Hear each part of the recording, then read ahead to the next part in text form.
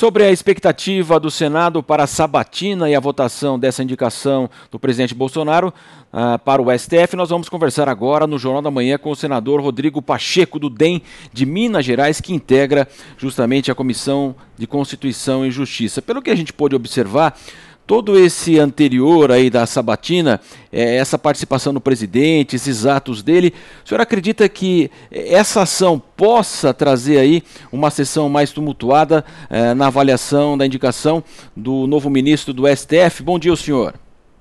Bom dia, prazer participar com vocês do programa. Não acredito, eu vejo um ambiente muito tranquilo, muito amistoso, com boa receptividade ao nome do indicado pelo presidente da República.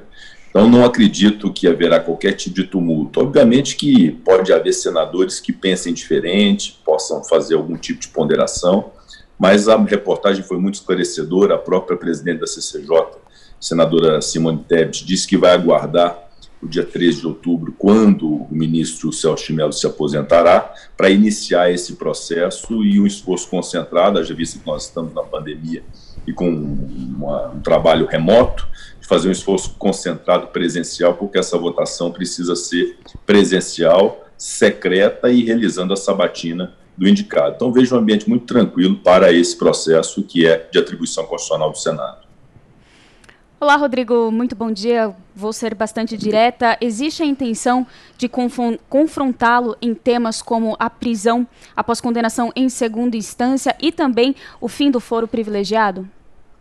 É natural que o indicado para o Supremo Tribunal Federal seja questionado sobre todos os temas nacionais, especialmente aqueles afetos ao Supremo Tribunal Federal. Então, todos esses temas que podem parecer controvertidos, é muito natural que sejam feitos questionamentos ao indicado Cássio Nunes Marques a respeito da sua posição em relação a esses temas. Agora, uma coisa que é muito importante, e vejo toda essa repercussão em torno da indicação desse nome, é que o ministro do Supremo Tribunal Federal é, antes de mais nada, um magistrado, um juiz. Como juiz, o ato de julgar é um ato muito íntimo do juiz com os autos do processo e com a sua própria percepção de consciência em relação àquele tema. Isso precisa ser respeitado.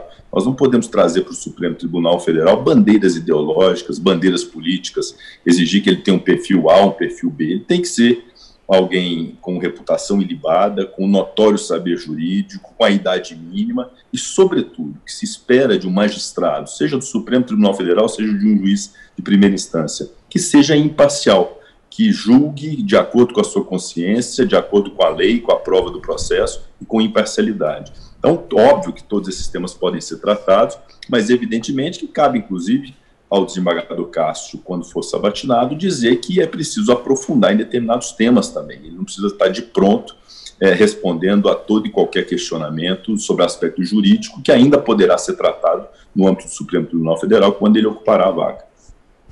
Senador, bom dia. Tem uma curiosidade, não sei se o senhor vai conseguir me esclarecer. O presidente Jair Bolsonaro, antes de revelar a indicação do possível ministro Cássio Nunes Marques, levou o Cássio para jantar na casa de Gilmar Mendes. Gilmar Mendes é ministro do Supremo Tribunal Federal, mas não é o seu representante, não é o presidente do Supremo Tribunal Federal. O presidente é o ministro Luiz Fux. Eu queria que o senhor pudesse me contar, existe algum poder mágico especial do Gilmar Mendes? Por que levar na casa do Gilmar Mendes? O que tem de especial no Gilmar Mendes, senador?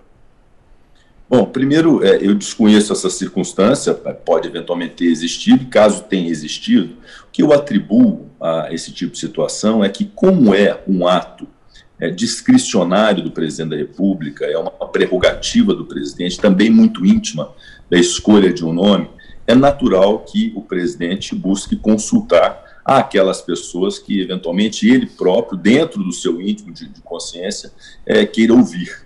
Então é natural que as pessoas próximas a ele, eventuais ministros do Supremo atuais ou ex-ministros do Supremo, possam ser ouvidos. Se a escolha foi de se ouvir o ministro Gilmar Mendes, o presidente da República, obviamente, tem seus motivos para isso. Então, não é, eu imagino, não é algo que seja formal ou solene.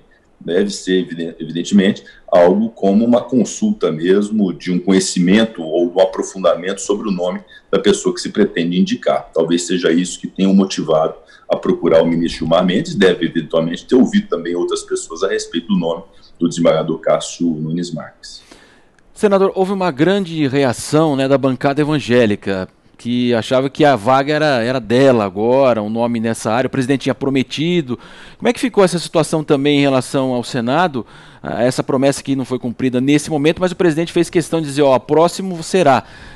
Pode haver algum também ruído em relação ao presidente e à sua bancada? Eu acho que, se tratando de uma indicação para o Supremo Tribunal Federal, esses critérios da religião, da índole mais de direita ou de esquerda do indicado, da origem dele, de qual estado ou de qual região, eu acho que isso não é tão importante. O importante é o presidente da República, dentro do seu ato discricionário de escolher um nome, escolher dentro dos critérios impostos pela Constituição Federal, notório saber jurídico, reputação ilibada e idade mínima, alguém que tenha condição de ser ministro do Supremo Tribunal Federal, independente da religião, independente de algum viés ideológico que tenha. É preciso colocar nomes que sejam nomes capazes de honrar o Supremo Tribunal Federal e trazer o Supremo Tribunal Federal para um ambiente que seja um ambiente de julgamento, de imparcialidade, de discrição, sem esse apelo todo político que tem se feito. Se fosse a indicação de um ministro de Estado ou de um embaixador nos Estados Unidos, que eventualmente pudesse ser alinhado com o presidente Trump ou não, agências reguladoras dentro de uma linha de ideologia do governo, tudo bem. Mas nós estamos tratando do Supremo Tribunal Federal e que se exige imparcialidade. Então, eu pretender que seja alguém de Minas Gerais, ou a bancada evangélica, ou a bancada católica, ou a bancada ruralista, ou a bancada da bala, pretender que seja um dos seus representantes, não creio que seja algo adequado. É até legítimo, mas cabe ao presidente ter muito bom senso, ter muito equilíbrio, para escolher um nome que reúna as condições constitucionais objetivas para esse preenchimento de vaga. E eu considero que, nesse caso, o presidente da República escolheu um nome que pode parecer uma surpresa, porque ele não estava entre os cotados, havia ministros de Estado cotados, havia ministros do STJ cotados, e acabou sendo um nome que ninguém ainda havia falado. Mas é um nome que, até onde se sabe, preenche os requisitos e plenas condições de compatibilidade com o cargo de ministro do Supremo Tribunal Federal. Para a gente fechar, senador, se a votação fosse hoje, não há nenhum risco dele ser vetado?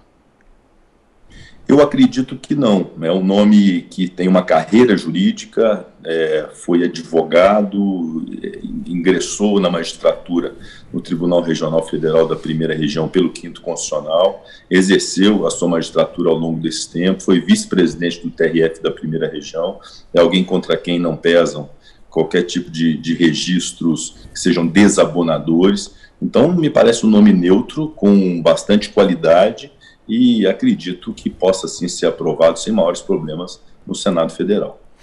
Muito obrigado. Nós agradecemos, então, o senador Rodrigo Pacheco, que é líder do DEM. Ele integra a CCJ do Senado, conversando conosco sobre a indicação para o STF. Muito bom dia. Um abraço, senador. Muito bom dia para vocês também. Muito obrigado pela oportunidade de participar. Um abraço grande.